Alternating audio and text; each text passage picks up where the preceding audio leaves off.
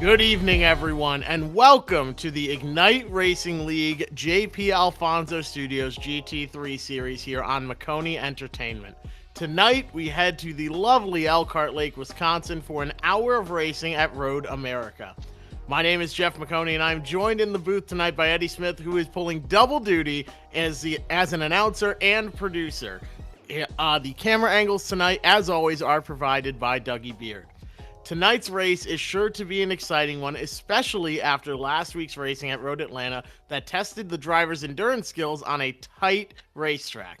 Road America is a great mixture of tight turns and long straightaways, so let's take a look at this track. It is 4.048 miles in Elkhart Lake, Wisconsin. The track opened in 1955 with the most recent major change coming in 2003. This track combines numerous long straightaways with tight turns along with slow curves on those straightaways. It has a seating capacity of 150,000 spectators, and you will find this place packed when major events go there. It is a very cool track, a very fun place to watch racing. We have 13 cars here tonight ready to take to the grid for an hour of racing around this facility. Keep in mind with this series, there are 2 required pit stops, so you will need to stop at least twice. How those drivers do it, the strategy of it all will come down to each driver's individual decision, or sometimes it will work together with teams. You'll see teams of 2 or 3 drivers all working together. Be interesting to see how this race plays out here, Eddie. What are you looking forward to most tonight? Well, I'm looking for something pretty similar to what we had last week. Road America, Road Atlanta, they feel pretty similar in the way that the cars sort of drive with the long straights, but the really tight turns. You got to be smart. You got to get on the gas as soon as possible, and I think it's going to put on a pretty good show. I think Road Atlanta is a good track, but I think Road America is a little bit more prestigious, and I think there'll be some guys that are really looking to get a win tonight. Last week's winner, Giancarlo, is not in the field tonight, and we do have qualifying results rolling in. So far, it is a 6-second split from first to 11th, 6.5-second split actually, from first to 11th. 12th and 13th have not put down times yet, so we're going to let the last minute and a half or so of qualifying play out as we take a look around this beautiful facility. That bridge right there, if you remember the NASCAR Xfinity Series race here last year, was the scene of quite a large wreck. Noah Gragson got into, I think it was at least 6 or 7 other cars involved in a arguably intentional wreck, depending on who you ask. But you see a lot of the tight turns here. It's not easy going from such high speeds, drafting behind other drivers, to get the car slowed down enough to make the turns, but most importantly, get a really good exit on them. That's so incredibly important, because if you get a bad exit on the corner, you will not carry much speed down the straightaway. So these drivers are going to be working hard to nail their entries and their apexes, but most importantly, get a good run on corner exit for all of these long straights at Road America. Yeah, absolutely. You're absolutely right about that. The long straight is going to be a huge deal tonight. What I'm really excited to see is with Giancarlo Schliemann out. He's been so dominant that it really is sort of a battle for second through fourth, fifth. There's a lot of really good battles in mid pack. But tonight it's going to be really interesting to see who kind of steps up. JP Alfonso still with the points lead. He usually runs second, third, just depending on how Juan Salazar does and Jose Puig. Puig, sorry. And so tonight, going to be interesting to see who kind of steps up to the plate and grabs this opportunity to get a win, as Giancarlo has just been so dominant. So I'm interested to see right now Juan Salazar on the pole, and he's sort of a wild card. He's very, very aggressive. You see him driving the wheels off the car, but can kind of get in some trouble from time to time. So I'm interested to see if he can kind of clean it up tonight and maybe get that win. We will have to see, because you're right. He does have that tendency to push the car for all that it's worth. We saw him get into a little bit of trouble last week with JP Alfonso. They both wrecked at the top of the S's at Road Atlanta. But Juan Salazar, with a 2-minute 4.029 second lap, takes the pole. Then just 3/10 behind him is Jose Puig, Nick Sorensen in third, Philip Forster in fourth, Kyle Edgar rounds out the top 5.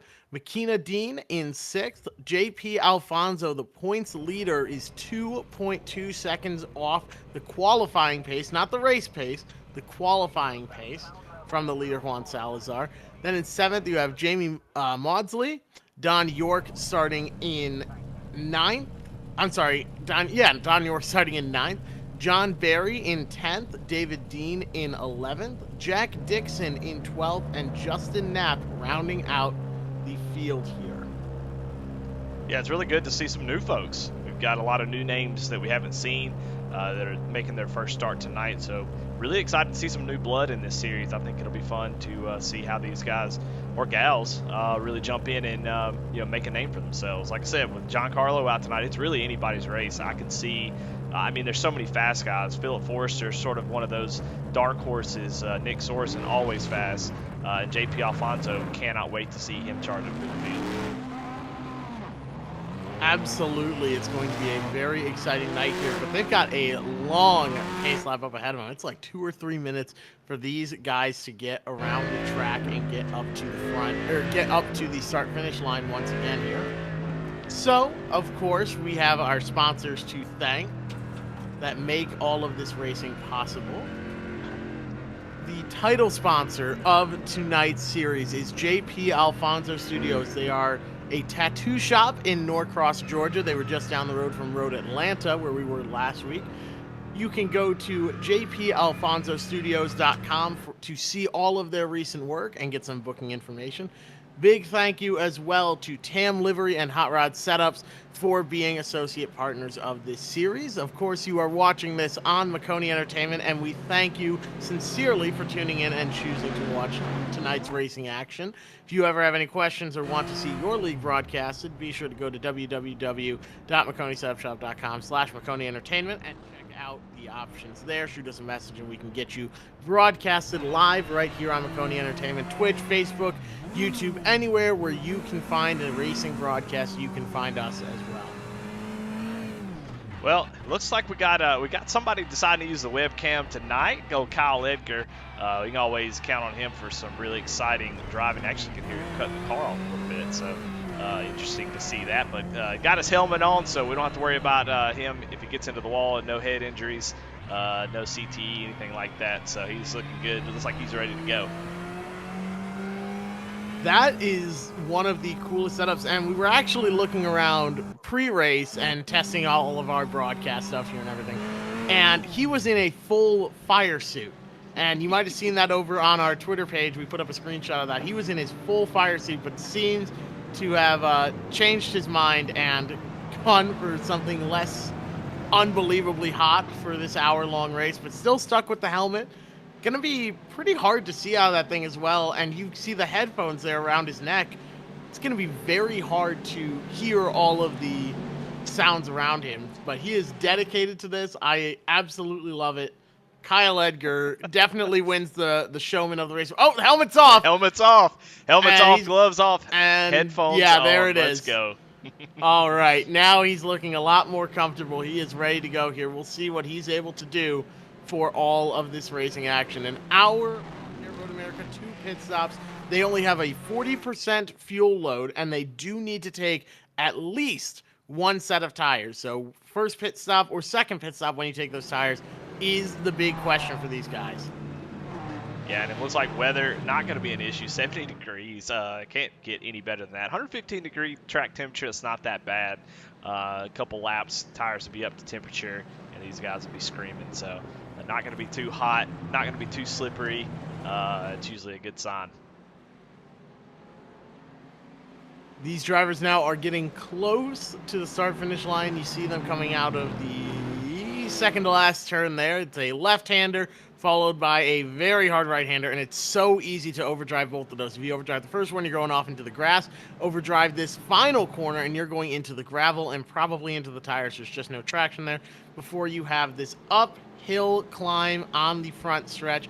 Pace car dives over to pit road. Now they just wait and wait and wait on this uphill climb for the green flag to come out. Everyone's stacking up, and you have the field. Juan Salazar leading them. Green flags in the air, and these drivers are going off. It looks like a slow roll, but they're already going over 120 miles an hour. It's such a long straightaway. It looks like they're crawling along, but they are going 150 into turn 1. Yeah, absolutely. Great start for Juan Salazar. Philip Forster. Oh, and it looks like Jose Puig is actually into the inside barrier right out of turn 1. He's got a front bumper that's all is gone. He's running over it. The guys are not going to be happy about that. Able to get it back going, but Jose Puig already in major, major trouble early. And it looks like he just slid out there in the corner, no grip on cold tires. Maybe didn't warm the brakes enough or the tires enough during that. So Jose Puig now already, the whole front of the car is gone. That is absolutely going to be something you have to repair. That car will be undrivable with no front splitter or anything. And that opens the door for Philip Forster, going from 4th all the way up to 2nd now. Kyle Edgar, our very own cameraman there, has climbed to 3rd. And Juan Salazar still leading the way. Everyone else has fallen into line, and it's a conga line around here. We are a minute and a half in, and these drivers already one out of contention. Going to be a very tough mountain to overcome there. So we will have to see how this will play out over the next couple laps. Yeah, and it looks like Jose Puig just on the outside in turn 1, cold tires, just trying to get the power down on the outside of Philip Forster, and just loses the back end. You could tell as soon as it started slipping, he started getting on the brakes, and unfortunately just not able to do anything about it. So Philip Forster in the Mercedes, he usually drives the Porsche, but said last week he had been racing another series, wanted to get used to the Mercedes, and tonight, I mean, running 2nd early. Like you said, up 2 spots, and he is starting to try to hunt down Juan Salazar. He is on the prowl, but look at the gap that Juan Salazar has already pulled on this lead, this little group here behind him.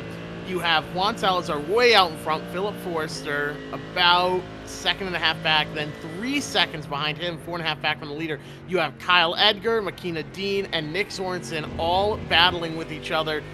Little bit wide there for Makina Dean. That opens the door for Nick Sorensen to look to the inside. Now going into turn, technically there is a turn listed on the straightaway, but I always call that turn 2 right there.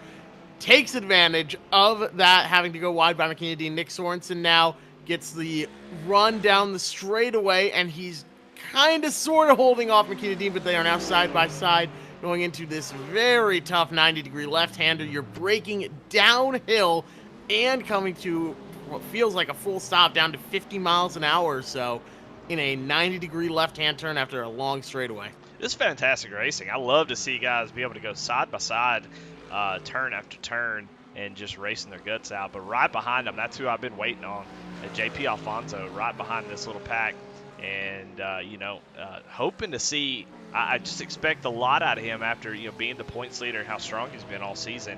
But he's got a big hill to climb other than just the one coming to the start-finish line, as he is in 6th place. Already made up 1 spot, but, man, he's got a long way to go. He's some 8.7 seconds back from Juan Salazar right now. It's going to be very difficult for all of these drivers to not make mistakes. It's so easy to just push a little too hard, make one tiny mistake. But when you add on the pressure of being the points leader and knowing that you have to battle with Juan Salazar, who's now in the lead, and you're pushing the car that much harder, I would say JP Alfonso is in the toughest position of all of these drivers because he knows he can't make a mistake, but he has to push it. He sees, and he pushes it a little too hard into the wall. The commentator's curse strikes. Heavy damage on the front end was expected, but he might have been okay there. We'll have to see how badly the suspension and tires and everything there in the front is damaged, but manages to get it spun around now and rolling again. But as we were saying, you see that wheel is cocked about 90 degrees to the right just to drive it straight. It's looking okay, but we'll have to see how that plays out. Yeah, it looked like he had all his fenders on it. Let's go back and look at the replay of that. See what happened. We were kind of watching it, but it was really hard to see in that moment.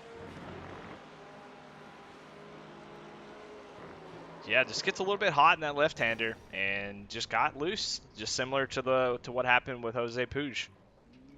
Didn't look like it's too bad. The damage looks decently okay for the front end for a hit like that. In iRacing, usually the motor falls out after something like that. So it looks like he got away kind of with a little bit of luck there.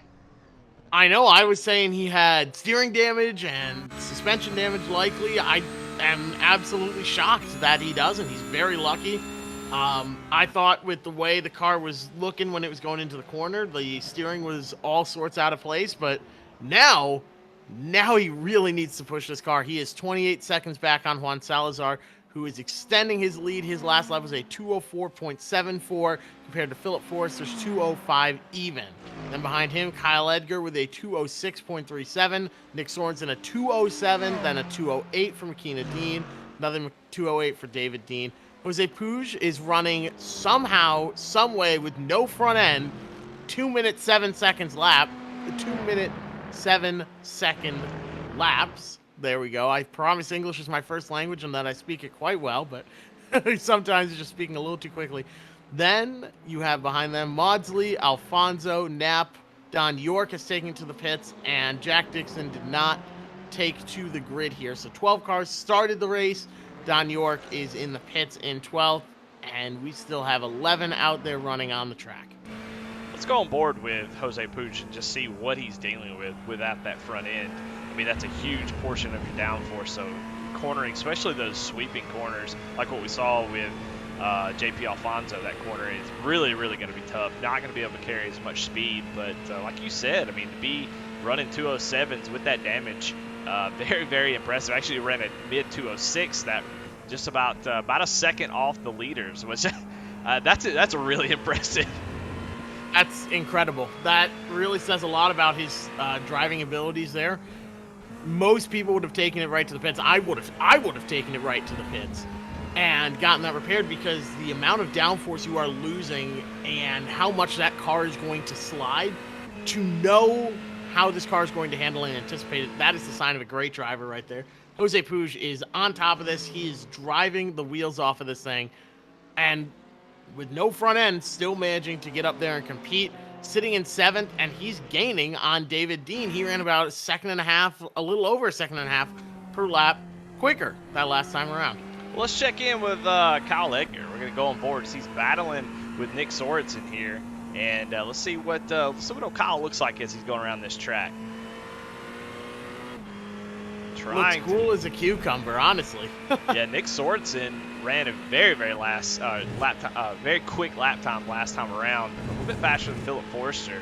So Nick Sorensen, we talked to him last week, and he said that he qualified towards the back, and that kind of put him behind the 8 ball and made it a little bit frustrating trying to get up through the field. Ended up 6 spots where he started last week, but started 3rd tonight. And if he can hold off Kyle Edgar, he might at the end of this run with some pit strategy, might be able to run down these top 2. It's going to be quite a night here for Kyle Edgar. He started in 5th, he's got up to 3rd. He's right on that back bumper of Philip Forrester. But I mean, look at him. He is just cool as can be. He's stretching his hands on these long straightaways, taking advantage of the opportunity to stretch out a little bit. I think this is going to be a very good run here. He's right on the back bumper. I think I said Philip Forrester earlier. He's on the bumper. Nick Sorensen, as those two battle for 3rd. Yeah, best battle on the track right now. Kyle Edgar having a little bit of connection issues, but should be fine. Hadn't been something he's dealt with too much this season, so just a little bit of blinking. That's not too bad these days. Back in the day, if you started blinking, you were pretty much done. I remember racing NASCAR Heat long time ago. Racing online, you're pretty much not guaranteed to make every race, as Kyle Edgar goes to the inside of Nick Sorensen and takes that position away. So move Kyle Edgar up to 3rd place. I think the webcam is giving him a whole lot of luck. Maybe that'll keep him from having any kind of broadcaster curses. If anyone's watching in chat and is ready to clip that, please do so, because I think that may just come back and bite him. You never preemptively bring up the commentator's curse before it happens. This is just, you're tempting fate right now, Eddie, and now I think Kyle Edgar might be in a little bit of danger. Well, look, I don't believe in any of that superstitious stuff. I think it's the man behind the wheel. It's the nut between the wheel and the pedals is the one that makes the difference, not the guy in the booth. I can promise you that. So I feel like Kyle Edgar's got enough talent. He can make it happen. He ain't got to worry about a curse. He can get it done. But, man, Nick Sorensen all over the back bumper, not going to let him get away. As you see Kyle blink again. Talk a little bit about how difficult it is racing with someone who does blink out, especially in maybe an oval race like Daytona or something. It's really tough. But on a road course, it's really, really hard to really time your braking points, know where the guy is when he's kind of blinking in and out like that, huh? Absolutely. So it's very difficult on an oval because you're not sure where the driver is, and you're trying to base your moves and positioning off of them. When they're blinking out, you can't see it, but on a road course, you can't see nearly as much because you are focusing on the bumper of the driver in front of you. So when they're blinking and you can't see really where they are, you know when they get on the brakes, you also have to get on the brakes. Or you know you're going to make a move, you're going to push it in a little bit harder, et cetera, and you lose that ability, but the car is still in front of you. So it's, I would say, twice, maybe 3 times as difficult to make a pass on somebody, and it's not anything intentional. It's just he's streaming his webcam to us, and he's running iRacing with everything else going on. It's at a track as large as this one, which is loading data all the way around and keeping track of all the cars. It's very difficult for any computer to keep up with it at this track, plus streaming, plus running the game and everything else. It's inevitable, and the fact that there's only one person blinking is quite lucky, I would say.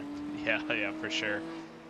Yeah, and it's just the nature of racing online. We don't have to worry about mechanical failures. We're not going to have brake failures. We're not going to have tires just randomly get punctures. This is the cost of racing online. These are the mechanical failures. Wheels dying. How many times have you been in a race and someone run through the field and go, "Oh, sorry, my wheel died," or "My monitor cut out"? Those are, it's interesting. Yeah, we don't have to deal with certain things that real life race car drivers do, but virtual racers have the same sort of failures, things that could really ruin your race outside of your control. And, internet connection's always been at the top of the list of things that really, really can go haywire. And you're just sitting there, especially if you're in a good position, just praying. You see that little L bar go all the way up. You're like, "Oh, gosh, please." And you start praying and hope that it holds on. But still watching this battle here is, man, I tell you what. Oh, as somebody's off the track there. I'm not sure who that was, but we'll stay on here as we continue this battle. Kyle Edgar looked to be pretty quick and thought he was going to try to get away, but these long straightaways, I think, keep Nick Sorensen in tow. And I think if he wasn't dealing with the blinking issue, I would be interested to see if he could. It seems like Kyle Edgar blinks every time he's blinking in the braking zone. So interesting to see that. But makes it very difficult, especially into turn 1 there for Nick to do anything. But not letting Kyle Edgar get away. I think this battle is going to keep going all night long as we go through the field. We got a couple folks, like Justin Knapp has hit the wall a couple times doing a little donut in pit road, but you love to see this. Somebody, we saw Philip Forrester do this last week. He just had a horrible night and end up doing donuts. Let's go back and see what happened to Justin Knapp. Just having a tough night already. Yeah, just almost the same thing that happened to JP Alfonso. Spins it out, really not much issue there, but then backs it into the wall, and you see that rear wing really take a big hit, and you see he's crab walking. He's got the right rear tire sort of pointing the wrong way. It's pointing where he wants to go, but the car constantly turning left, so that's kind of what bit him. So fortunately for Justin Knapp, he is going to be out of this one on pit road getting repairs, but he'll be able to get that thing fixed, I would imagine, get back out there. Going back up front, though, Juan Salazar out to about a 2.5 second or 2.25 second lead over Philip Forrester. Philip Forrester actually a second faster that last lap. As we look at the lap time history here, and you can see almost 9/10 faster that last lap, had lost quite a bit. So Juan Salazar must have had a little bit of issue a lap ago, but let's see this time as they cross the line. Oh, Juan Salazar with a burner 4/10 faster that lap, so he is back on it. Must have had a bad lap. Just slow but surely pulling away from Philip Forster. Right now, the biggest battle on track, I would say, until Philip Forrester manages to get up to the leader, Juan Salazar, if he does, because Juan Salazar pulled a little bit that lap. But Kyle Edgar and Nick Sorensen, Kyle Edgar just now pulls over, lets Nick Sorensen go. But those two have been just back and forth at each other's heels for the past 2 or 3 laps or so, which doesn't sound like much, but that's 5 to 8 minutes, which behind the wheel of a race car feels like a long time. These drivers are now a quarter of the way through the race. Kyle Edgar looks inside. Nick Sorensen says, not happening.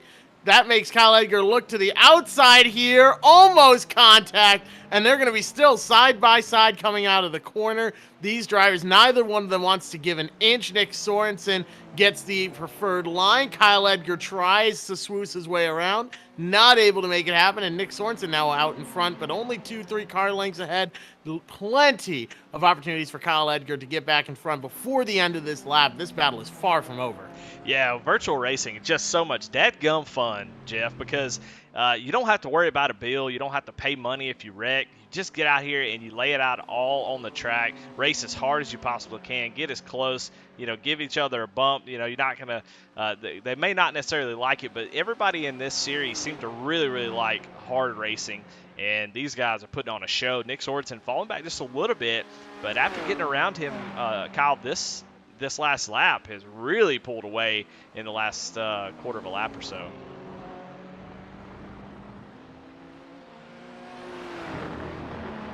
These drivers now, this battle, I should say, between Kyle Edgar and Nick Sorensen has caused these drivers to fall off about 11 seconds from the leaders, and they are having quite the battle for third place as Philip Forrester now closes the gap a little bit with a 205.1 to Juan Salazar's 205.3.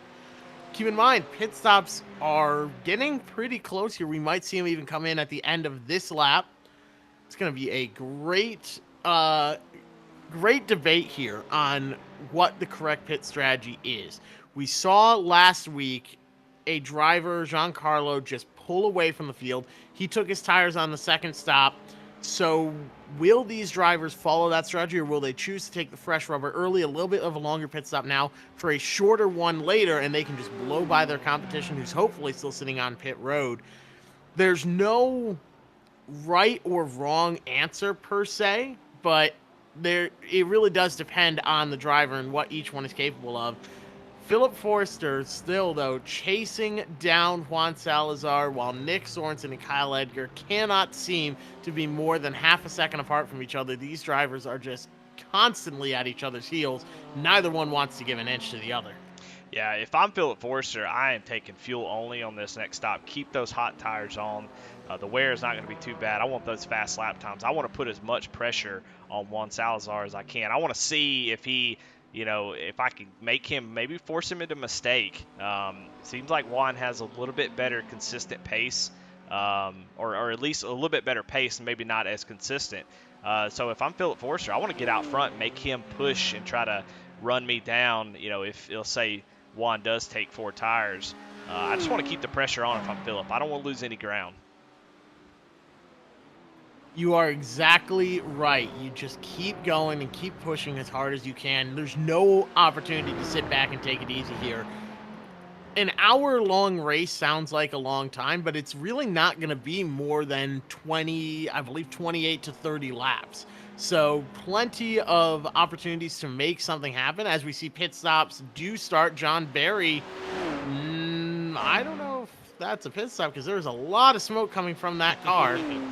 And, going into the pits, John Barry, was sort of a late decision, hits the nose pretty good going in on entry, and that whole car is just cockeyed all the way down pit road, in and out, and he's still sitting there repairing it. Yeah, as we look at a replay on the screen, it looks like he was doing I don't know what was going on, maybe trying to get some fuel to pick up, just weaving back and forth, and he does a little drift, an ode to Ken Block, I guess, and drifts around the corner, just not able to make it work, and actually gets a good bit of damage from that. You can see the rear end all jacked up on that car. So we also had We also had JP Alfonso go off track, so go back and see what happened to him while we have sort of a lull here before pit stops begin.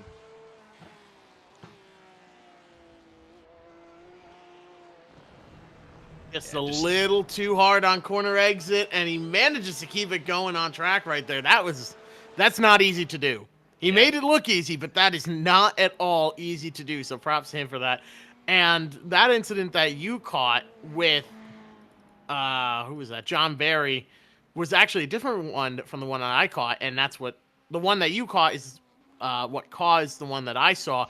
Entering pit road, the car just wouldn't turn in, and he sort of slid sideways and put the nose into the wall. So that definitely hurt the car even more. So John Barry still on pit road, gives the opportunity to Jamie Maudsley to make a pass JP Alfonso with a fantastic save there. David Dean, Jose Puig.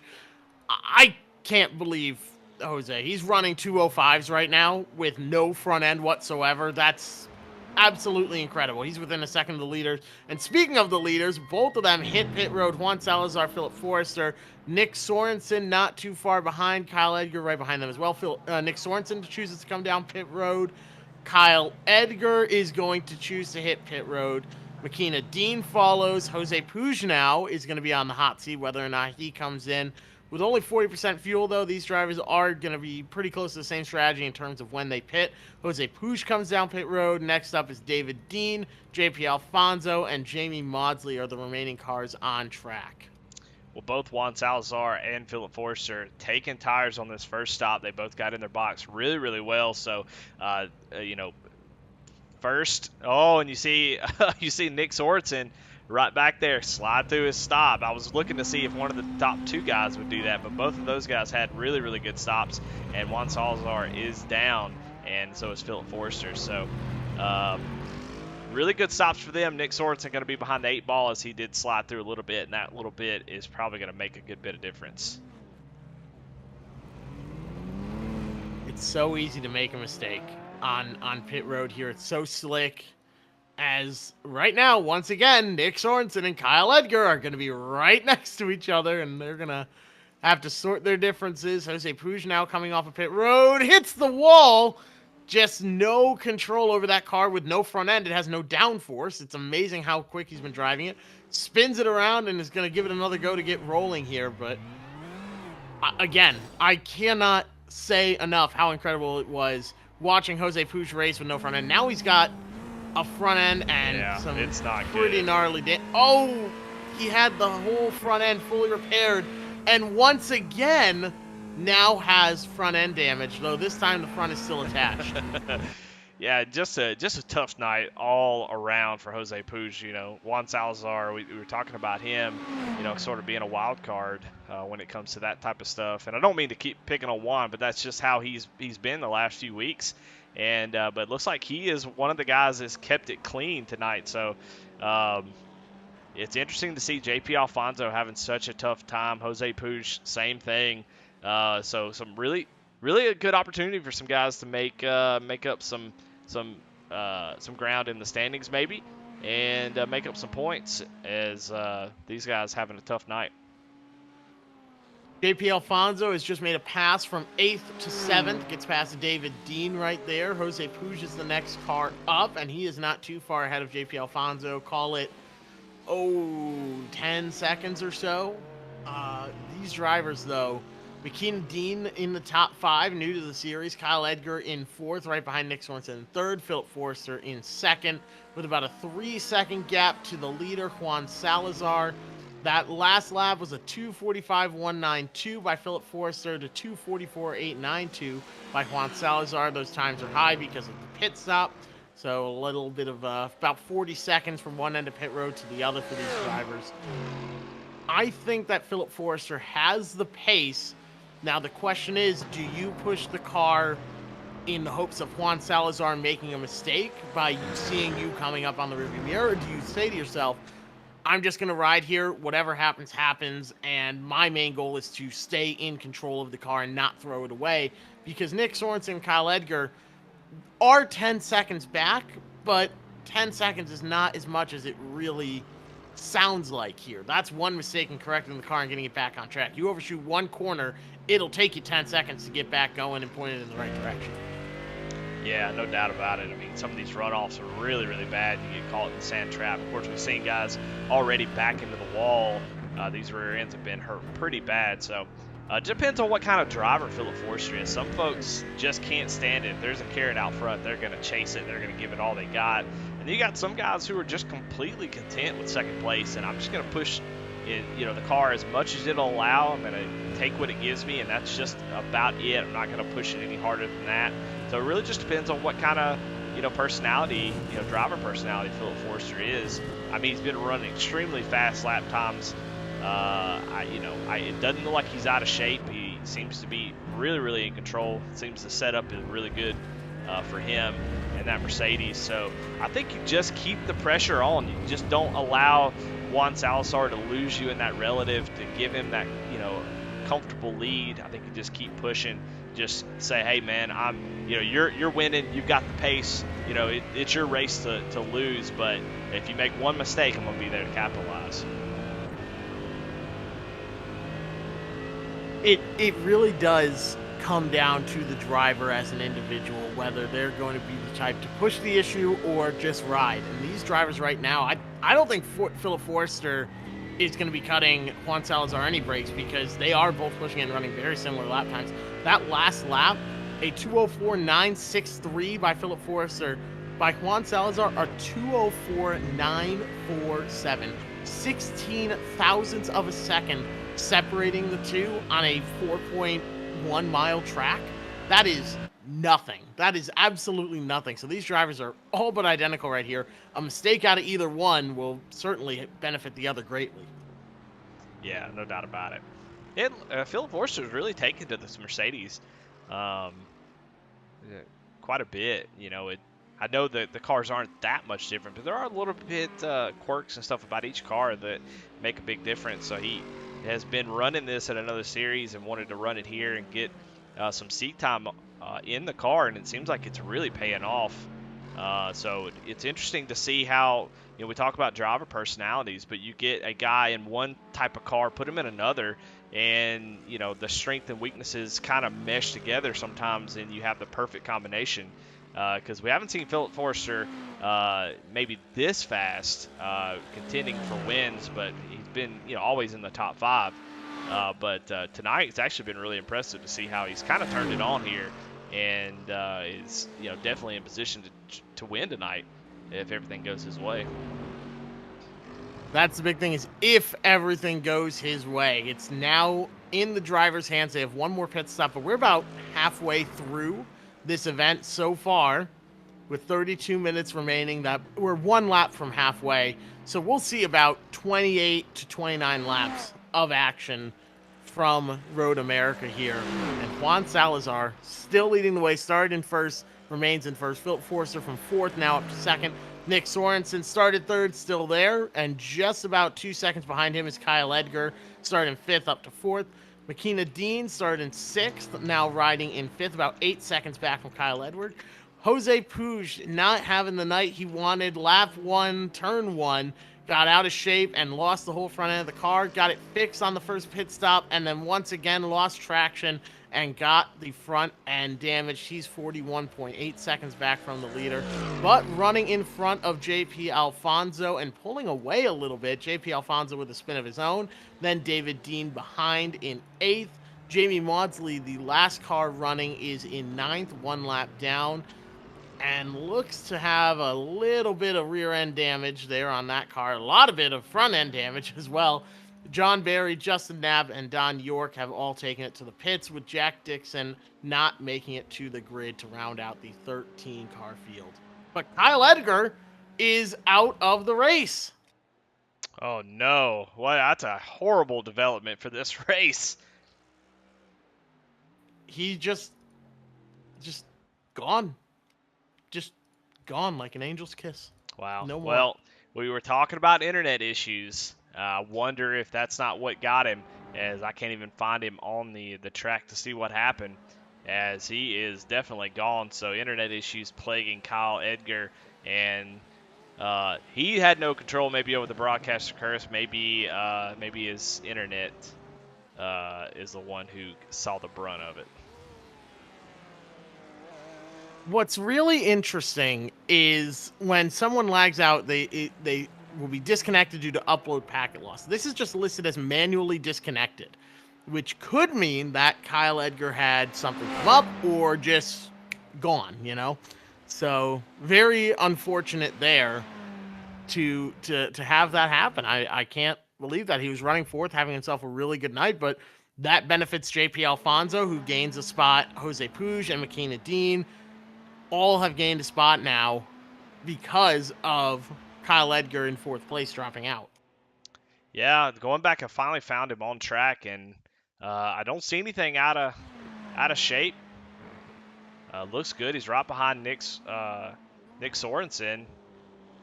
Gets a little wide there in that corner, gets a little bit loose, and you'll see as he goes up the hill here, he sort of just eases over to the right, and then he's gone.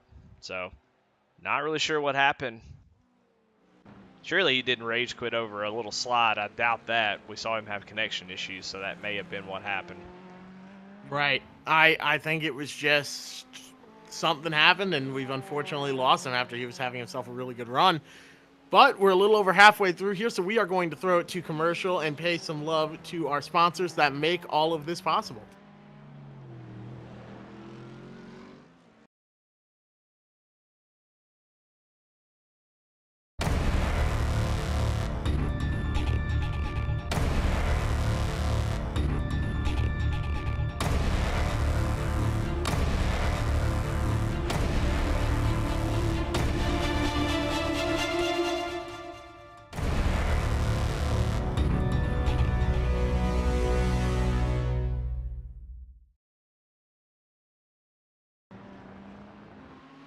All right, and we're back here in the JP Alfonso Studios GT3 Series. Juan Salazar leading the way, pulling away now at about half second a lap over Philip Forster, just turning on the jets as looks like that Ferrari has really kicked it into another gear.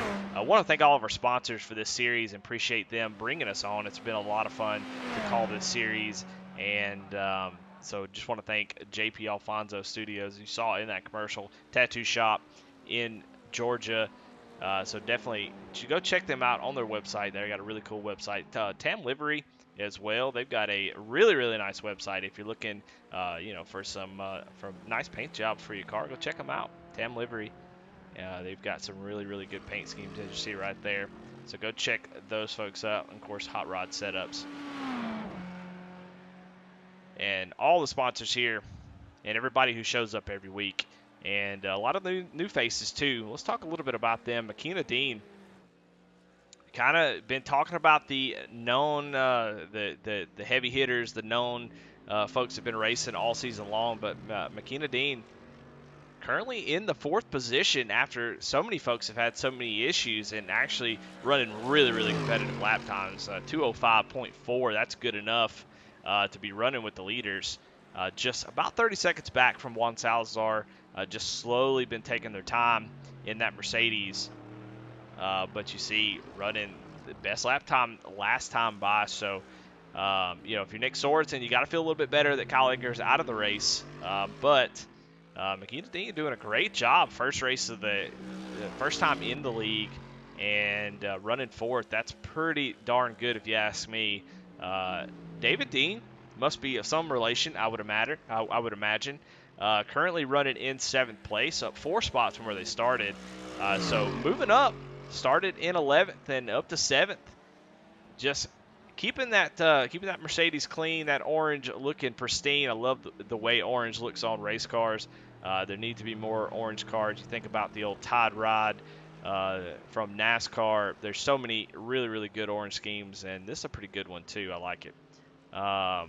And then Jamie Maudsley in that Ferrari, you know what? Really struggling. That front end has had better days. The back end a little bit too. The bodywork guy's going to be pretty unhappy when he gets back. Having a lot of work to do this week, but still trucking along in 8th place. Running about 10 seconds off the pace, which is to be expected when you're missing half your car. But doing a great job, running 8th. That's better than most, so good to see these new folks really make a pretty good statement as they're here to race and be competitive. And, you know, most people lose their front end. They just call it quits. They say, hey, I'm done. I'm not going to sit here and run with a front end gone. But not Jamie here, who's decided, you know what, I'm going to keep going, and I came here to race. That's exactly what I'm going to do. You said the front end has seen better days. What front end? that whole front end is gone, but still managing to turn some pretty good times under 210, which is what the some of the cars were running in qualifying. I would say with front end damage like that, if you are running, you know, under 208, you're in good shape. Now that last lap was a 213, so take it with a grain of salt, but the car has been running some good lap times, so we will have to see how it all plays out there for Jamie Maudsley. But you're right, some new faces to the series having some good runs out here, and some regulars as well are having good runs and not so good runs. JP Alfonso, Jose Puig, we're used to seeing them and, you know, battling for second, third, if not the lead, and both of them have had major issues tonight. Just driver error has taken them off the track. It's so easy to do it at a track like this at Road America, where it's high speed into low speed and back into high speed, medium speed, then low speed, then medium, then high, and it's a very difficult track to get around. So the fact that we've seen as few incidents as we have is very surprising to me. I honestly was expecting damage on almost every car in this hour-long race. Yeah, and there's still 23 minutes to get that done. I'm just impressed with Juan Salazar, who has really kept that car clean.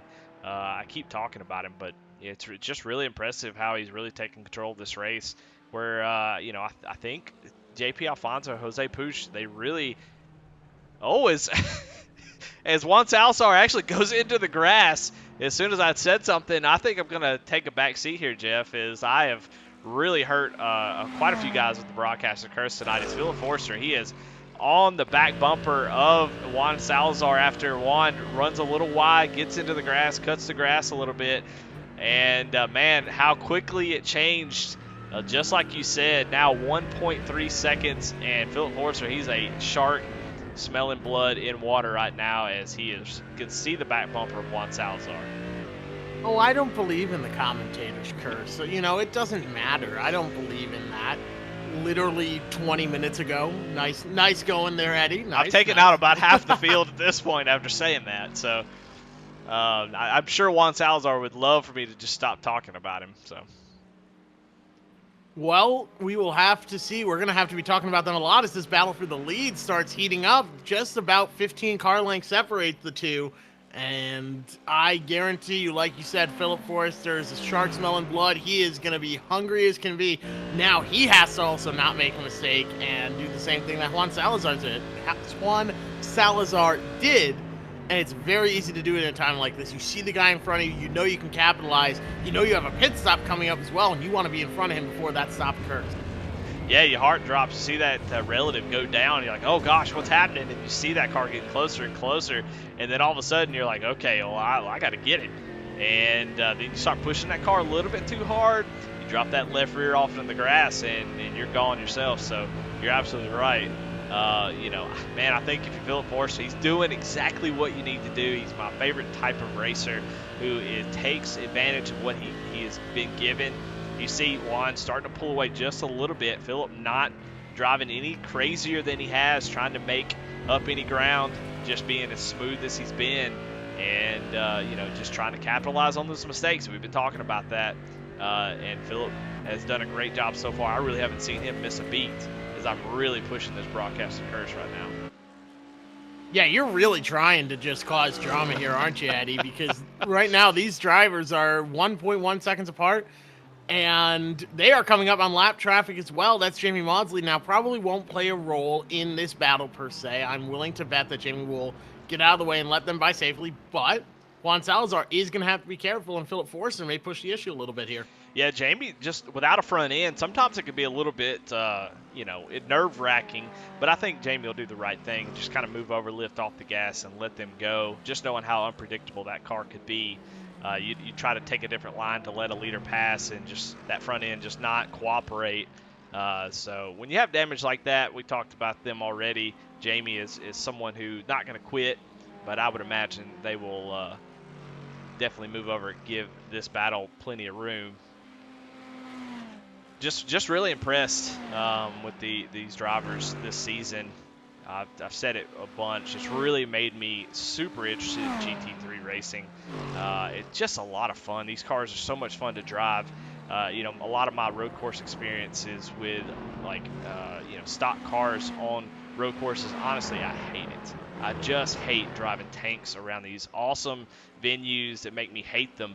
And then I get into a GT3 car, and what it's like to have brakes, and traction and tires that grip and steering that actually responds. While there's a little bit of love for stock cars and just their, being able to move around and body roll, there's just something about racing a road car on a road course. It's just made for it. So this series has really opened my eyes to GT3 racing, and man, it's just been a blast. And these guys put on such a show. Tonight's no different. I think the show is about to really heat up here, because hopefully they'll be able to get around Jamie here. Hopefully for Juan Salazar, they'll be able to get around Jamie here, who's going to be down on straightaway speed. They're also due for a pit stop right about now, so we will have to see if they come in this time. They're about, at most, 2 laps away from it, but if you're going to take new tires, I would say come down and do it now. They did not catch Maudsley there on the straightaway, so now the gap is narrowing between Philip Forrester and Juan Salazar, who's stuck behind Jamie Maudsley, and there's nowhere to let them go here in this section of the track without being side by side, so he's going to pull over and get really hard on the brakes, down to about 35, 40 miles an hour, but the damage is done as Philip Forrester is right on that back bumper of Juan Salazar, and he is hungry for this lead. Yeah, he is there, man. This is so exciting. I love to see these guys go at it. And I know, Philip Forrester's heart is beating real fast. It's doing that as you get closer to the leader. As pit stops are coming up, you're probably fiddling with the black boxes, trying to get all your fuel and stuff just right, and you're trying to run down Juan Salazar. Nerve-wracking experience. But, man, look at these guys. They are flying around here as Philip is trying to get a little bit of toe, find a little gap to maybe try to get up to the inside. If he can get position on Juan, I think that would be extremely important if he can do it before this pit stop. As Juan goes a little bit wide there, and it opens the door for Philip Forrester as he goes to the outside on the right side, but not going to be able to make that pass around that corner, and almost had the lead there. He's in his head. Philip Forrester is in Juan Salazar's head, who's pushing it right to the edge of the track, pushing it for all it's worth. Philip Forrester decides to shoot down pit road here. Now, will he have the advantage on exit? I guarantee you Juan Salazar here is sweating bullets, knowing that now it's in his hands. Philip Forrester has played his cards. We will have to see what Juan Salazar does. I think he's going to pit right away, but will he be able to stay in front of Philip Forrester here? This is going to be quite the battle to the end with 17 minutes remaining. Yeah, we're going to go on board with Juan Salazar as if when he saw Philip Forrester go into the pit road, he has got to lay down burner as he is going to try to get as much time on what he's got left on these tires. I bet he pushes this lap as hard as he possibly can to try to get as much as he can on these hot tires, as he knows Philip Forrester is going to come out with a cold set of no, he won't. They're not taking tires. They've already taken tires. So I think at the same time, Juan's really got to get this lap and put down as much pressure-free lap as he can to get in pit road and come out with that lead still. And don't look now, but Juan Salazar hopefully is not listening to this broadcast. Otherwise, he's going to hear that Jamie Maudsley is stranded at the beginning of pit road. The drivetrain on that car is broken. It cannot move, but it is right at the entry of pit road, so he's going to have to dodge it unless Jamie Maudsley tows here, but that is not good for Juan Salazar. He's going to have to dodge that car before the entry of pit road, which could cost him the little bit of time that he had over Philip Forrester. Remember, that gap was no more than 2 car lengths. Yeah, interesting race control. I would imagine they'd be telling him to go ahead and get out and tow that car, but seems to be still trying to make it happen. So Juan Salazar chooses to stay out here. Or, I'm sorry, that was a different car. That was JP Alfonso that chose to stay out. It's David Teen comes down pit road. Now Juan Salazar coming off of the last corner. He is going to have a clear shot into pit road and takes advantage of it. Now Juan Salazar's on pit road. Where is Philip Forrester, and will he be able to get there in time? He's about to enter the backstretch here where he was right on the back bumper, Juan, going into it. Now, will he catch and pass Juan Salazar? That is to be seen. Yeah, he's got a good bit to go, and Juan already almost to his pit box, so it's going to be really, really close, as Juan just doesn't need to slide the tires. Very awkward stop into a stall. I'm actually really impressed that he didn't slide the tires there, as here comes Philip Forster down the main straight. It's going to be close.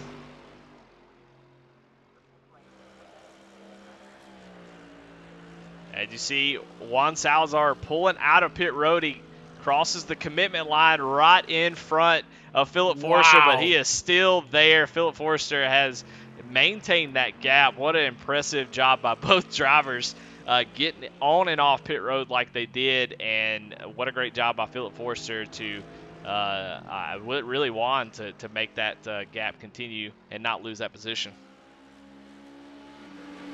Just incredible by both drivers right there. That is just both of them operating at max capacity, doing everything that they need to do. Very, very impressive by both of them. Absolutely phenomenal. But now the battle is on. The gloves are off. They don't need to make another pit stop. All that matters for Philip Forster is getting around Juan Salazar. What will he do? We've seen Juan Salazar make a couple mistakes, slide out a little bit. I don't know if that's the car handling a little bit funky now that it was low on fuel before on the tires, or if he was just overdriving, or a mix of both. Now, will Philip Forrester keep a calm enough head, and will Juan Salazar keep a calm enough head in order to come out the winner? Yeah, I'm very, very excited to see how this ends up. I hope they both keep it on the track. I definitely think Philip can make the pass happen. I don't know when you're going to be able to do it, as that Ferrari is pretty stout down the straightaway. So we already saw him try to make a move right before this pit stop. Wasn't able to get it completed. So I don't know. I'd be really interested to hear your take, Jeff, on when you think maybe a good spot for him to make a pass if he can get close enough. It's just going to be so tough with that Ferrari, as it really, really has long legs. It seems like in the corners is where Philip Forster is really, really strong, and he pulls up a lot of time. The problem with a place like Road America is it's known for long, long straightaways, so that's going to be very tough. Plus, when you're the chasing car, it's going to be more difficult to make the pass. It's easier to be the lead car in this scenario, so we'll have to see if Juan Salazar is able to take advantage, as he is right on the edge. Whoa. But Philip Forster goes a bit off track and doesn't lose much time, though. Yeah, rare mistake. We haven't seen him really do anything wrong, and that was as light as it gets. It just kind of drops the left sides off for just a second. But like you said, didn't really lose any time there. Very, very impressive.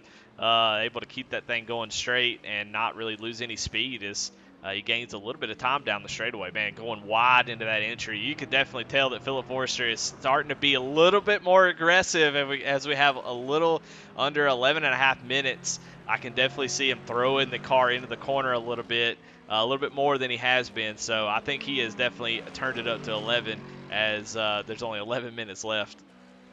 He wants it, and he wants it badly, and he's really pushing the car now, so I'm excited to watch this battle to the end. I think Philip Forster may have something here for Juan Salazar, but it's going to be tough to get around him and pass him and make it happen. Yeah, and going back a little bit, as we're going to probably watch this lead battle to the end. Looking at right now, JP Alfonso is running in fourth place after what has been a nightmare of a race for a points leader. Has recovered pretty well, I'd have to say, to be in fourth position at this point, with Jose Puig right behind him with that damage. Jose might be able to run him down, but what an incredible display of patience and skill by JP Alfonso to be able to be in 4th place as we get almost to the end of this thing. As at one point in the race, he was running 9th. Really, really incredible to see this all come together here. I'm excited for this battle. JP Alfonso, like you said, having a great run himself and way to recover. That's why he's the point leader. He's on top of his stuff and knows what he's doing. So he's gotten his way up to 4th place and still putting down some pretty good laps. Yeah, it looks like he's not missing a beat at all. So talked about him just, hey, going to be tough to kind of pull himself out of this. But man, look at him running in 4th place. That's how you win a championship. And he slides the rear end off that corner. I love to see it. It's really special to maybe take home the championship in your title series where you're the main sponsor. I can't imagine anything much more special. So he is looking to do exactly that. And today is one of those type of races that really, that's a championship type race. You see that in racing all the time. Folks having really bad races, recovering for top 5, top 10s. And this is one of those nights, I think, for JP Alfonso where it just started off horribly. Qualifying effort really, really bad. Spinning, hitting his back end on the wall, getting everything kind of out of shape, but be able to get back into it and, running in 4th place. A great recovery for sure for JP Alfonso. Back up towards the front, Juan Salazar, trying to recover from his earlier mistakes, is starting to pull away a little bit from Philip Forster. Now an 8/10 gap between the two. The last time they were at the line, a 205.005 for Philip Forster to Juan Salazar's 205.164. So very close on lap times. We'll have to see what it is as they come to the line here. But only 8.5 minutes remaining. That's about 4 or 5 laps around this place by the time this race timer runs out. Somewhere between 4 and 5 laps remaining for these drivers. So Philip Forster's going to make his move. He'd better make it quick. Yeah, no doubt. He doesn't have that much time, and I think at this point, if you're not already, you said it, a 2-minute lap time. If you're not already there trying to make a pass at this point, you're really just hoping for a mistake for Juan Salazar. I think in the next lap or so, if he's not there on the back bumper trying to make a pass, he's going to run out of time. So if you've got anything left in the tank, now is the time to turn it on and get as much as you can out of it, because these laps are going to click off pretty quick and his time's going to run out. So I'm just not sure if he's got the pace to really get it done, but I guess we'll find out. He was about a 10th slower that last lap. Right, the gap between the two increased by about 3/4 of a tenth of a second. A 204.86 for Juan Salazar and a 204.987 for Philip Forster. So a little over a tenth between them. But you see them right here at this section of the track, and they look pretty much dead even, and it looks like under a second between the two. But Philip Forster gets a little too aggressive and catches some grass in the apex of that corner. Good recovery, but he can't afford to keep making mistakes like that. Juan Salazar is going to be able to pull away if those mistakes keep happening for Philip Forster. Yeah, on these tires, once you slide them a couple times, man, the tire temp just gets up there to the point where you can't cool them off. There's no time to cool them off. There's really no, part of the track that you can take it a little bit easy. At this point, you got to go. And if you slide those tires just even a little bit and get them a little overheated, that's the way they're going to be for the rest of the last couple laps here. So if he slides them, if either one of them does, it's going to be really, really tough to hang on to this thing, and especially if you slide the rears. We talked about it at the beginning of the race, being able to get the runs down the straightaway, get that power down. If you light the rears up, it's going to be so difficult, especially right here where you need to get off the gas, get on as soon as possible, get the power down, and get the top speed down these long straightaways. You definitely don't want to be heating those rear tires up. No, you do not. As right there at the line, the gap widens by exactly half a tenth between them now. A 204.888 for Philip Forster and an 839 for Juan Salazar. Both of them are picking up the pace, but Juan is still managing to hold him off a little bit. Between 2 and 3 laps remaining here for these drivers, it is absolutely crunch time, and Philip Forster needs to find that little bit of extra pace to make a move here. Yeah, Phil Forster actually ran his best lap of the race at time by, but still not enough as Juan Salazar. Just a very, very little bit faster. So Philip Forster really giving it all that he's got, but Juan Salazar just seems to have the pace that Philip doesn't. But Philip's right there. He is so close. I don't know where it is that Philip Forster can find a little more speed, because watching them here, they look all but identical, and they look like they're both. One gets an advantage in one section of the track. In the tight corners, Philip pulls a little bit, and then on the straightaways, Juan pulls a little bit. And I don't know if that's just the car, one being a Mercedes, one being a Ferrari, is giving an advantage in these individual portions of the track, or if it's just these drivers are, Juan's getting better runs on corner exit, and Philip Forster is getting into them and through them a little bit better. But you see right here, through this section especially, Philip Forster just looks a little bit quicker than Juan Salazar. So it's very, very tough to catch someone and make a pass on them this late in a race. I'm very excited to watch Philip Forster try and make it happen. Yeah, and Philip's doing all he can. There's no doubt about it. You see how much wider he is exiting the corner and even taking really, really big stabs at the entry of these corners. He's giving it all that he has. Juan Salazar just a little bit too fast at the moment. Really, really banking on one of those mistakes from Juan. But, tonight we've seen one little runoff from Juan Salazar, but he has been almost mistake-free outside of that. Ran a perfect race other than that one little incident. So, really, really impressed by him tonight. I just don't know. I just don't know if he's got enough. I don't know if Philip can get it done.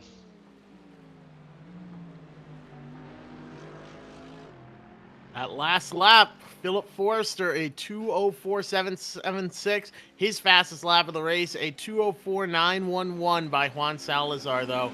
And Philip Forster's gaining quite a lot down this straightaway. You can see the difference between them. About 5 mile an hour quicker at the end of it, Philip Forster was, than Juan Salazar. So this battle is heating up with just 3 minutes, 15 seconds remaining in this race. Yeah, this is the case of the unstoppable force and the immovable object. Who's going to break first? And Philip actually drops his left sides off. That didn't bother him earlier. It didn't like it really bothered him now. But man, this is really, really incredible. This is good stuff. For 13, 12 drivers to be on the track at the beginning of the race, and really only about 9 or 10, 8, 9 still running. Oh no! Oh no, as Philip Forster gets into the grass and he could not get back on the track enough, and he loses a ton of time there, almost a second there as he drops the tires off into the grass. And that is the mistake that we was wondering who was going to make that mistake, and Philip Forster just a little bit too hard out of the exit of that corner and loses a ton of time. He is kicking himself right now. He certainly is, and there's actually another battle going on the track right now. A bit further back, JP Alfonso has just taken 4th away from Jose Puig, who's now running in 5th, but they are still very close together. But all eyes are on this battle up at the front. Now Philip Forster needs to make something happen. He has to find a bit more speed and just work his way around the leader here of Juan Salazar somehow, some way. He really only lost 0.4 that lap, which is not nearly as bad as it could have been. So we're looking at this battle back here. Jose Puig and JP Alfonso battling hard, and they'll stay on the lead lap through the end of this race. 1.5 minutes remaining now, but Juan Salazar pulling on Philip Forster, who made a mistake that last lap. Yeah, this battle here between JP Alfonso and Jose, they have been going on for a couple laps now, swapping this position back and forth. So I think this one's going to go all the way to the end, as well as Philip Forster is now under a second again. Woo, I tell you what, this is intense.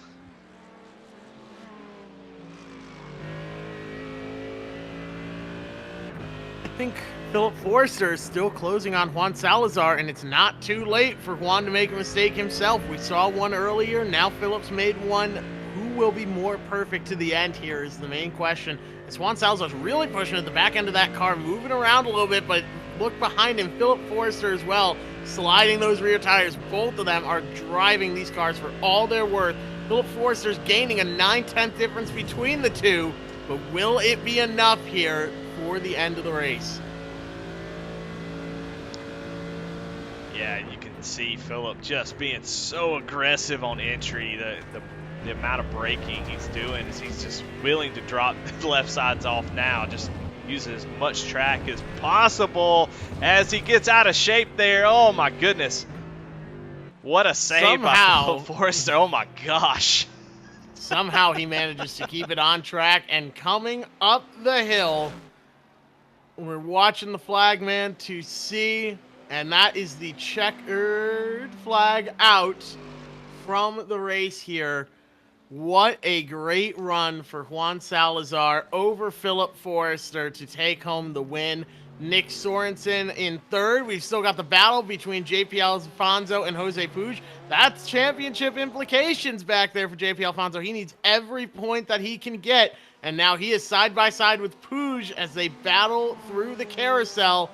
Alfonso trying to make a crossover happen as Puig got around him on the entry, and Alfonso dips the left side tires off the track, and they are going now into the final section here of Road America. Will JP Alfonso be able to overcome this fairly small gap between him and Jose Puig as they come to the end? Yeah, I'll be expecting to see maybe a lunge here in the end. Just one more turn here. What's he going to do? Try to get to position. They've been going back and forth. And just enough by Jose Puig to stay on track, kind of, sort of, maybe. And it's a drag race to the end, up the hill. JP Alfonso's pulling, but is he pulling enough? He's going to get right up there, try to side draft, and it's going to be at the line. Jose Puig not able to hold on. JP Alfonso gets it by 22 thousandths of a second at the line. My goodness. Wow. That's incredible. Guys putting on a show. Had some tough races, but putting on a show there at the end. You'd love to see that. Absolutely. Woo! That was the battle for fourth place. JP Alfonso takes it over Jose Puig.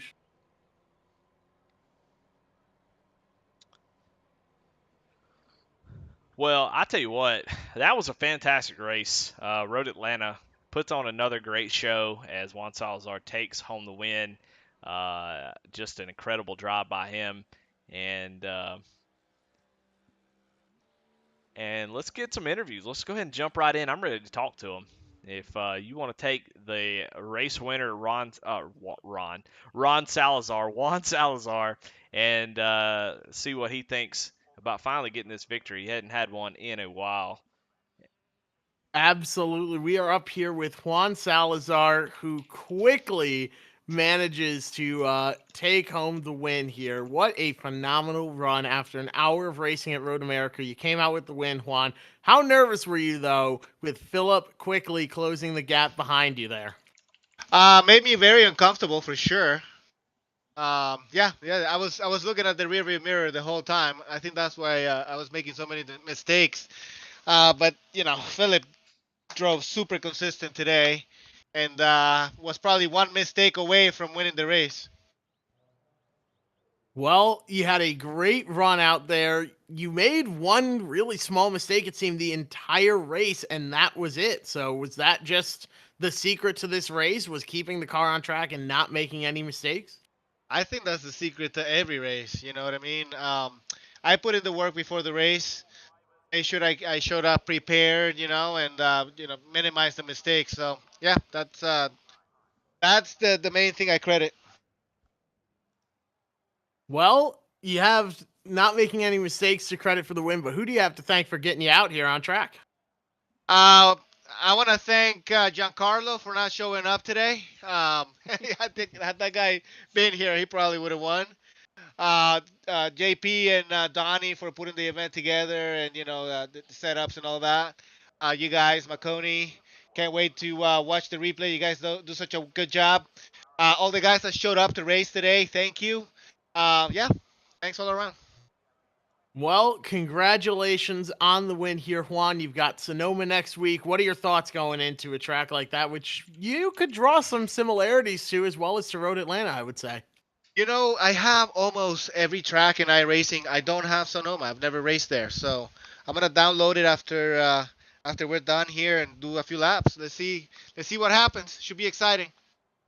Well, it certainly will be an exciting week, but congratulations on your win here tonight, Juan. Be sure to go and celebrate. Thank you so much, guys. Have a good night. You as well. And second place now with Eddie is Philip Forrester. Philip. Well. You got me, brother. Eddie. Well, we talked to you last week, talked about that car change a little bit, going to the Mercedes, driving into the league, and boy, oh boy, does it look like you kind of got it figured out there, Philip. Yeah. I want to give a shout out to Maconi's setup from last season at Road America. Had to do a little tweaking though for the new tire model and stuff, but good job on that setup at the Well, setup shop for Maconi. Well, we love to see that. And, you're always up there racing up towards the front. Tonight, though, man, you had to have been smelling blood as you kept Juan Salazar in your sights all race long. Talk a little bit about your strategy. We were kind of wondering, we don't really know what kind of racer you are. We've only been with you for one season.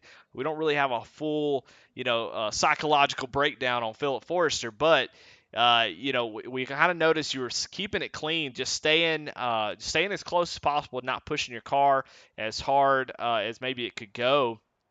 Get through the pit stops, and then there at the end, man, you really turned up the heat. So talk about your strategy. What was your thought process of going through that race, knowing that you had the race win right in front of you? I just want to fill up his mirror as much as possible, just to give him that intimidator factor for good old Dale. Just intimidate him. Just get in his head, make him scared. And that's what I do. I don't like making big moves unless I have to or unless I make mistakes. I just keep with them, make them make their own mistakes. That's how all I do in racing. Well, it kind of worked out for you as you did kind of mow the grass a little bit there and allow you to catch up almost 3 seconds at some point. Really got close, and then it seemed like you really turned the heat on. What did you need there at the end? We saw you drop the left sides off, kind of get a little squirrely. What did you need at the end to maybe try to make a move? It just seemed like you were there, just not able to get that little bit extra. What did you need to maybe, make a run for the lead?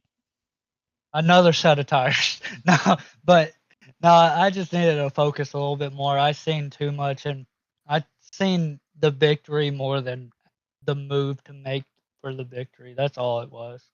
Well, incredible drive, man. Made it really exciting. It was so much fun to watch. You guys at the end there were hauling the mail, and man, it was a blast. So, congratulations, second place, a fantastic finish, especially in this field. And as always, man, who you got to thank? Any sponsor shout outs, friends, family, anybody you want to holler at? The Screeching Moose Motorsports team, they were in the race with us. David Dean and McKenna Dean, they're brothers. They're good people. They started Screeching Moose Motorsports, brought me along a little over a year ago. Operation Motorsports for letting us use their sponsors. JP for his sponsors. And Maconi for that setup. And you, Eddie, you for making a broadcast really good. Well, we appreciate the kind words. And again, second place, fantastic race from you, Philip. Congratulations. And we'll be looking to see what you can do at Sonoma next week. Thank you, Eddie. Philip Forster, your second place finisher. Jeff, you wanna get old Nick Sorensen talk about his race? I sure do. Nick Sorensen joins us once again up here in the booth. Nick, you had a really good battle going there with Kyle Edgar for a while. What were you expecting there as that battle was going on? Did you think you'd have him in the long run, or were you a bit worried? I was a tiny bit worried because he was kind of having some disconnect issues, some connection issues, so he was blinking a lot. But when he made that mistake by going in the grass, I was able to get around him and then just kind of walk away from him a little bit there. It certainly looked like it, and you actually managed to close the gap to the leaders a little bit towards the end, down to only 10.4 seconds. in this 12 car field. What was the key, in your opinion, to having a good finish and rounding out the podium here? Well, one of the keys for me was I had a terrible start, which, I was in P3 and then dropped back, and then, like you said, after I got by Kyle, I was by myself. So with the small field, I didn't have any, tow help or draft or clean air or anything like that. So it's just I was doing everything I could trying to push to keep up with them. Well, it looks like you did a really good job of it. You came home third here. How excited are you for Sonoma next week? Yeah, Sonoma's going to be a fun, tricky little track.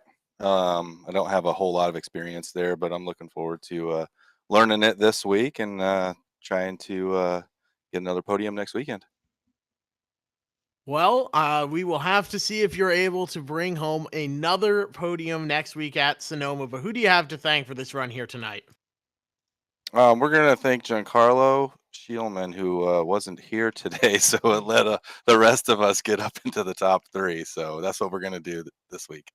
You're actually not the first person that we've interviewed tonight to have said that. So noted on the field's feelings towards Giancarlo. It seems like you guys love him, but you're very happy when he doesn't show up as well so that you have a chance of winning, it seems. Yeah, we were teammates for the Daytona 24, so I think he's just burned out from that a little bit and had to take a break this week. So wish him the best, and we'll see him next week, hopefully. Well, hopefully we see him out there, and we will have to see if he makes it out to Sonoma, out into the vineyards. But congratulations on a third place run here tonight, Nick. Good work. Thanks, guys. Up next, we have JP Alfonso, who is joining Eddie up here after an eventful night for him. JP, this is Eddie in the booth. You got me? I got you. Well, Got you. man, you know what? We were talking about you being the points leader. You come into this race, not a very good qualifying effort. Definitely lacking in that department. Started towards the back and then right off the bat had a horrible, horrible first lap. And we're talking about the championship implications of it and what to to expect and whatnot. And man, what a finish to come back from all of that and come home in fourth place. That's a championship type night. Tell me about it. Well, I mean, it's like again, it was a surprise because I didn't touch practice at all. I didn't have the time to practice on the track, even not even close to put my hands on the setup. So we did the 24 hours of Daytona. We finished in on Saturday. I took off Sunday completely, and I just got home from work, jump on the sim, loaded the setup, jump on the track, and the car was loose all over the place. Turn six and on the kink, if I don't lift, I lose the rear end. I didn't want to sacrifice the win in the straightaway speed, so I left it the way it is, and I knew I had to lift in those two corners, and I was losing a lot of time by doing that. But the car was completely loose. I didn't have a feel at all for the setup, and that's the reason why.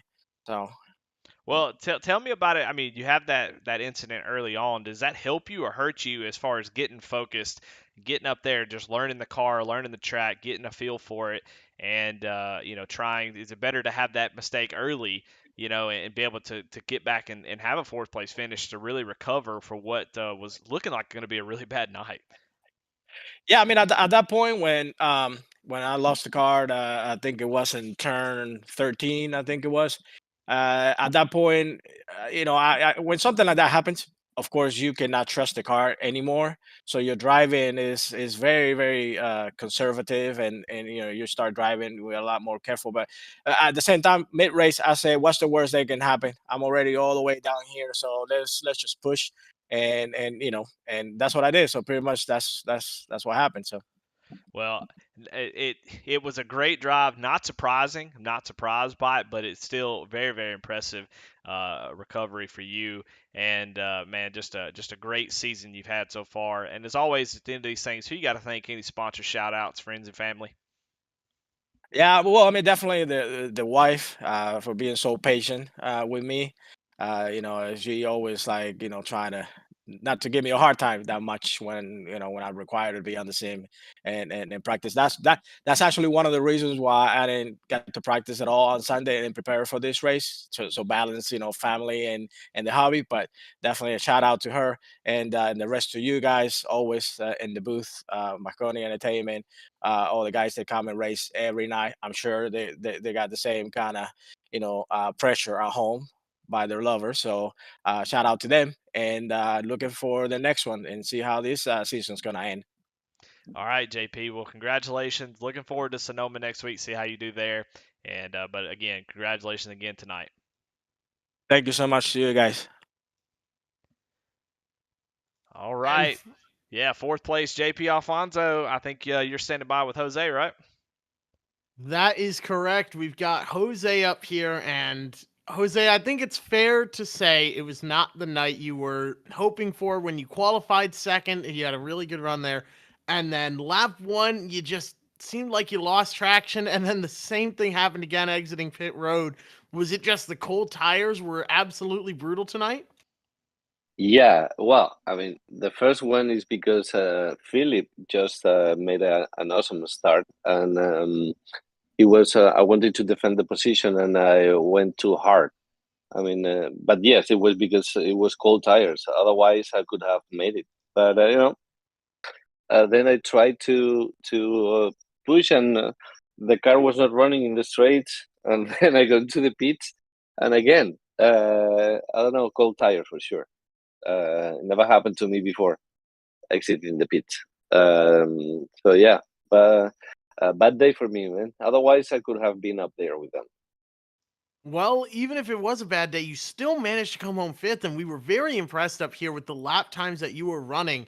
How was the car handling with no front end on it? How were you managing to drive it as well as you were?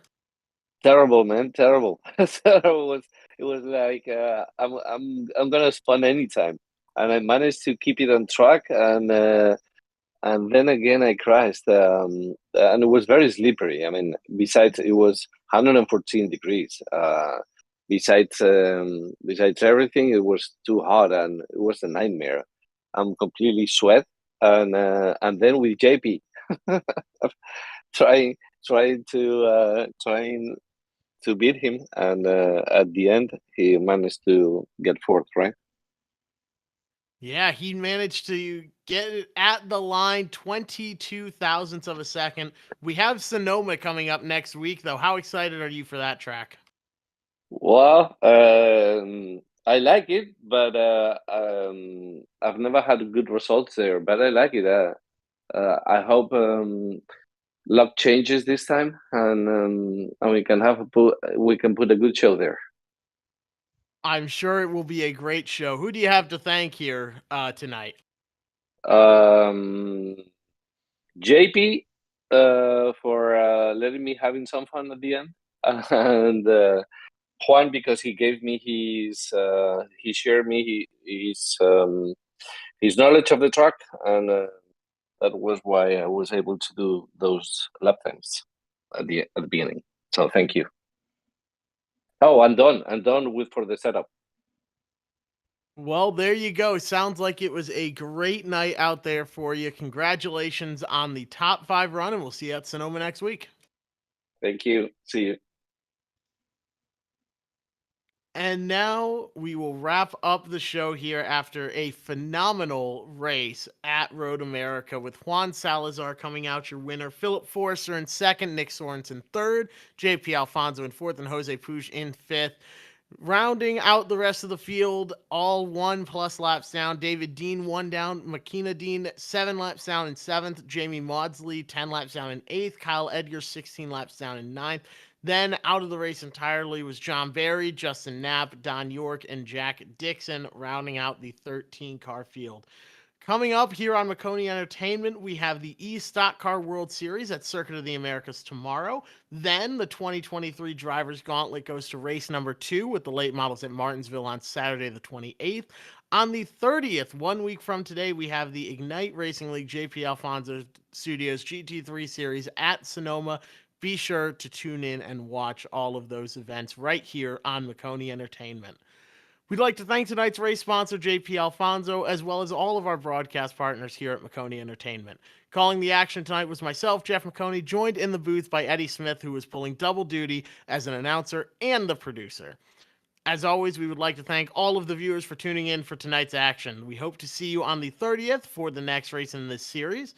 And until then, stay tuned to all of our social media pages for upcoming broadcasts. A thank you to the entire staff for their work in bringing this racing to you. This has been a production of Maconi Entertainment, and we'll see you next time.